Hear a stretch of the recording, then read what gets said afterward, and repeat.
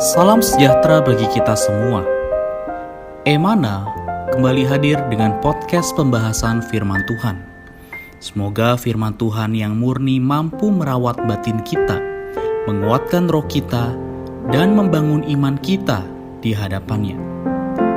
Silakan menikmati podcast Emana hari ini. Amin. Oke kok. Puji Tuhan, salam damai sejahtera saudara-saudari, para pendengar podcast Emana. Kita bersyukur pada Tuhan atas lawatan dan asuhannya sampai saat ini kita masih diberi kesempatan untuk menikmati hari yang baru. Baik, kali ini saya bersama dengan saudara Irfan. Puji Tuhan, saudara Irfan. Ya, puji Tuhan. Amin. Senang bisa berhimpun bersama-sama kembali.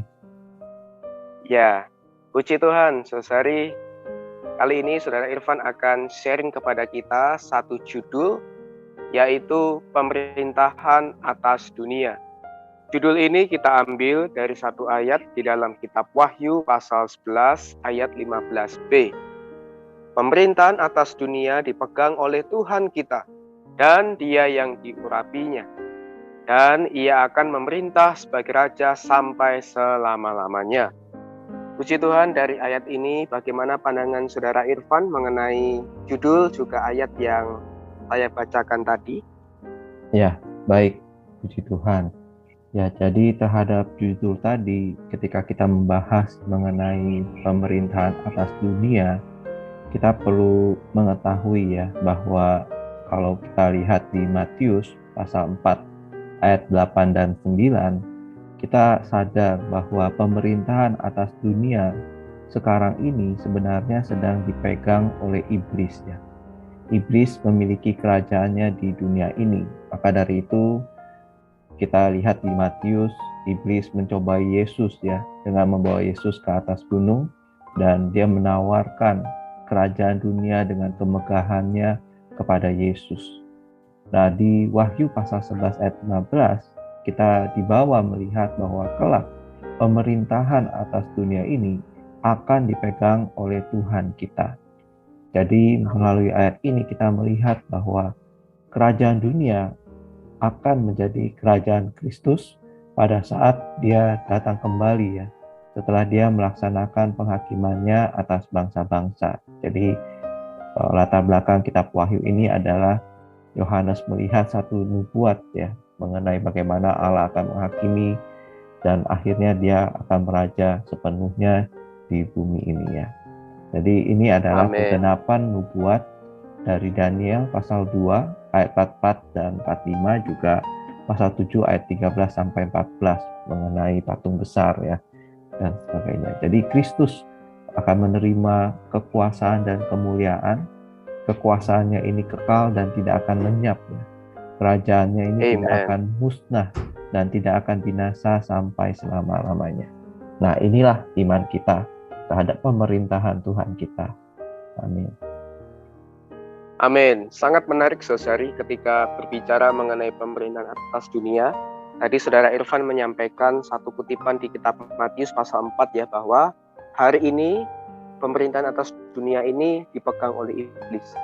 Tapi puji Tuhan, kelak ketika Kristus datang kembali, pemerintahan ini akan dipegang oleh Kristus dan Dia akan menjadi raja. Seperti yang akan saya bacakan di dalam kutipan hari ini, yang juga saudara-saudari bisa lihat di dalam renungan hari ini, dikatakan di sana demikian, ketika Tuhan menjadi raja, pemerintahan atas dunia telah menjadi kerajaan Tuhan kita dan Kristus. Dan itu adalah saat di mana seluruh kaum saleh, baik orang-orang kecil maupun orang-orang besar, akan mendapatkan pahala. Hari itu mungkin tiba tidak lama lagi. Saat itu bangsa-bangsa dan kerajaan-kerajaan di bumi akan menjadi kerajaan Kristus. Ya. Puji Tuhan, Daniel pasal 2 menunjukkan ketika Tuhan datang kembali, bangsa-bangsa di bumi diwakili oleh patung yang terbuat dari besi, tanah liat, tembaga, perak, dan emas. Setiap unsur itu mengacu kepada kerajaan-kerajaan di bumi. Dengan tiba-tiba jatuhlah dari langit sebuah batu tanpa perbuatan tangan manusia yang meremukkan besi, tanah liat, tembaga, perak, dan emas itu. Lalu dalam Daniel pasal 2 ayat 35 mengatakan, Batu yang menimpa patung itu menjadi gunung yang besar, memenuhi seluruh bumi. Gunung besar itu adalah kerajaan Allah. Dunia yang akan datang ini bukanlah yang dikuasai oleh malaikat. Allah telah menetapkan manusia untuk menguasai bumi dalam zaman yang akan datang. Ketika Allah melakukan penciptaan, Allah menetapkan manusia untuk berkuasa bagi Allah atas bumi ini. Kita bisa lihat di dalam Kejadian pasal 1 ayat 26. Nah, di dalam perjanjian baru, puji Tuhan, gereja hari ini adalah wilayah kekuasaan Allah. Gereja adalah tempat Allah berkuasa dan mengekspresikan kemuliaannya. Itulah sebabnya hidup gereja hari ini adalah kerajaan Allah dalam skala kecilnya. Walaupun itu bukan wujud kerajaan Allah yang sempurna, tetapi pada prinsipnya itulah miniatur kerajaan Allah, yang segala sesuatunya dapat mengekspresikan kerajaan Allah. Maka saudari, hidup gereja yang tepat adalah kerajaan Allah yang di dalamnya kekuasaan Allah dapat dilaksanakan dan kemuliaannya dapat diekspresikan. Inilah tujuan Allah dalam menciptakan manusia. Puji Tuhan, dari kutipan ini bagaimana pandangan saudara Irfan mengenai kutipan yang baru saya bacakan? Ya, baik. Jadi kutipan itu sangat benar apa adanya ya. Jadi ketika membahas mengenai Daniel, visi mengenai patung besar, unsur-unsurnya, elemen-elemennya itu mewahyukan pemerintahan manusia ya di bumi ini, dan Allah punya satu tujuan ya, dia ingin mendirikan kerajaannya di muka bumi ini. Jadi ketika kita bicara mengenai kerajaan Allah ini adalah satu ruang lingkup ya, tempat di mana Allah bisa menjalankan kekuasaannya sehingga dia dapat mengekspresikan kemuliaannya ya, untuk mengenapkan ketetapan kehendaknya. Nah, kita perlu melihat bahwa dalam zaman ini, sekarang ini adalah bisa dikatakan zaman kasih karunia atau zaman di mana gereja ada. Gereja hari ini seharusnya adalah miniatur tadi ya kerajaan Allah. Kerajaan Allah hari ini di muka bumi ini bisa kita lihat di dalam gereja, dan melalui Roma pasal 14 ayat 17 kita melihat bahwa dalam kerajaan ini yang penting bukanlah makanan dan minuman, bukan sesuatu yang luaran, yang lahiriah, melainkan ada kebenaran, damai sejahtera, dan sukacita dalam Roh Kudus. Nah, kita hari ini ketika menyikapi pemerintahan Allah atas dunia ini, kita perlu sadar, kita perlu menjadi gerejanya, orang-orang yang hidup di dalam kerajaan Allah. Ya, seharusnya kita benar, tepat terhadap orang lain, terhadap benda-benda, dan terhadap Allah. Pada diri kita tidak ada yang salah ya, kita tepat, kita tidak bengkok, kita benar-benar lurus ya, kita tidak berat sebelah. Ya, jadi kita perlu senantiasa menanggulangi diri sendiri. Kita mau Tuhan yang bekerja di atas diri kita ya. Amin. Dalam diri kita ya selalu tidak ada yang tepat, bengkok dan sebagainya. Ya, jadi kemudian damai sejahtera ini adalah hasil dari kebenaran. Jadi damai ini menjadi ciri hubungan yang seharusnya ada di antara kaum beriman, orang-orang yang hidup di dalam kerajaan Allah dengan orang lainnya, orang di luar sana juga dengan Allah. Jadi kita perlu benar, adil, tepat terhadap orang lain, terhadap benda-benda, dan terhadap Allah. Dengan demikian, kita bisa penuh dengan damai terhadap orang lain juga dengan Allah. Nah, kalau sudah demikian, kita pasti dipenuhi dengan sukacita dalam Roh Kudus.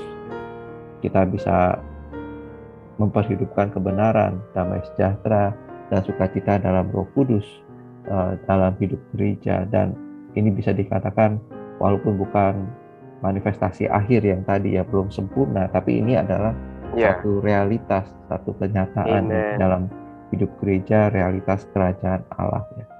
Jadi melalui firman ini kiranya kita bisa terus hidup dalam kehidupan gereja. Kita mau membiarkan Allah berkuasa atas kita, dan secara bersama-sama kita mengekspresikan Dia.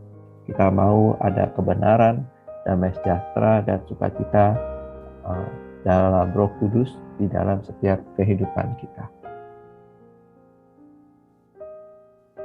Amin. Ya, saudara, kita bersyukur pada Tuhan bahwa hari ini ternyata gereja adalah realitas dari kerajaan Allah, di mana Allah memerintah di dalamnya. Maka itu tadi saudara Irfan mendorong kita, marilah kita terus hidup di dalam penghidupan gereja. Di dalam penghidupan gereja kita boleh membiarkan Allah berkuasa atas kita. Secara bersamaan kita juga boleh mengekspresikan Dia. Kita boleh hidup di dalam kebenaran, damai sejahtera, dan sukacita dalam Roh Kudus. Baik, puji Tuhan, untuk mengakhiri podcast kita yang singkat kali ini, di dalam kasih, saudara Irfan bisa berdoa untuk kita semua. Amin. Baik, mari kita berdoa. Tuhan Yesus, terima kasih Tuhan. Amin. Terima kasih untuk firman-Mu, untuk kesempatan yang Kau berikan kepada kami.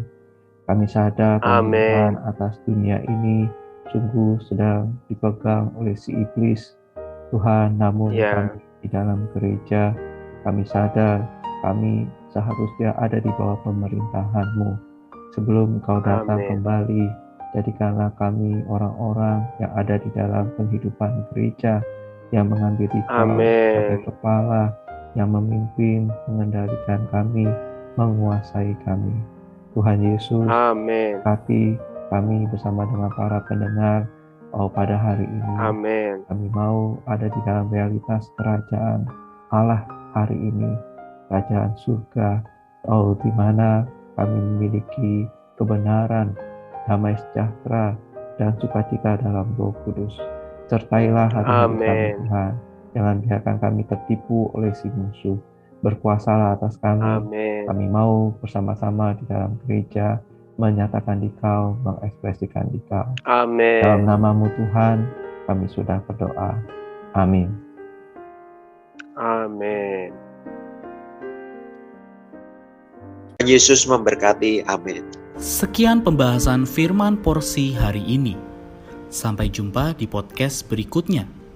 Jangan lupa untuk download aplikasi Emana pada handphone Anda untuk manfaat yang lebih banyak. Tuhan Yesus